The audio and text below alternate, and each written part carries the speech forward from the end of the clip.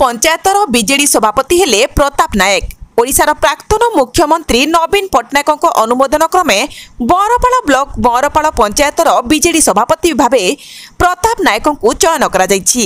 सभापति श्री प्रताप एही अवसर रे संगठन को तृणमूल स्तर रे बीजेडी संगठन को सुदृढ़ करने एवं रंगबोला सरकार को आगामी पंचायत निर्वाचन रे उचित जवाब देबा पई उपस्थित कर्मी महल रे उत्साह प्रकाश करथिले।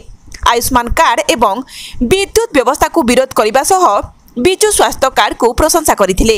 तेबे लोके किभली सुरुखुरु रे सुविधा पाइबे से दिगरे परामर्श देथिले। एही कार्यक्रम रे बरपाल सरपंच अनुसुया गणनायक, नायब सरपंच शांतिलता सेनापति, समिति सभ्या जननी भोई समेत बीजेडी कर्मी बलराम साहू, सोमेन्द्र भोई, दुर्गा प्रसाद सिंह, हरि सेनापति, सन्यासी नायक, अजित नायक, विनय नायक और तारिणी सेन बेहेरा प्रमुख उपस्थित थिले।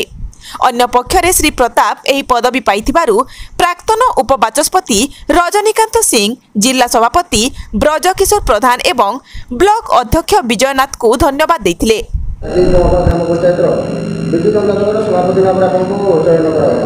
बरपाल पंचायत बीजेडी सक्रिय कर्मी को नहीं किपरि आम दल सुदृढ़ भाव पंचायत कार्यकारी करिबो एवं दल को मजबूत करी गढ़ी तोलिबो।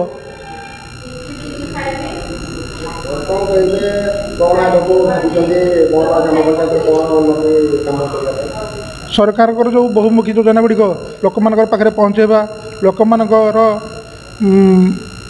भल मंद सुख दुखे जाई छिड़ा एवं दल को किपरि सुदृढ़ करवा आमर लक्ष्य।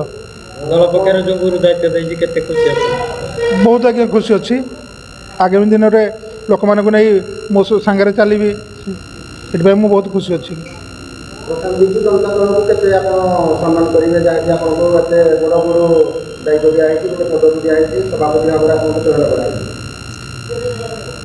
मु बहुत खुशी अच्छी। दल सक्रिय कर्मी मान नहीं मुपरि ए बैतरणी निर्वाचन पूर्वक बैतरणी आग को बढ़ू से दृष्टि देवी।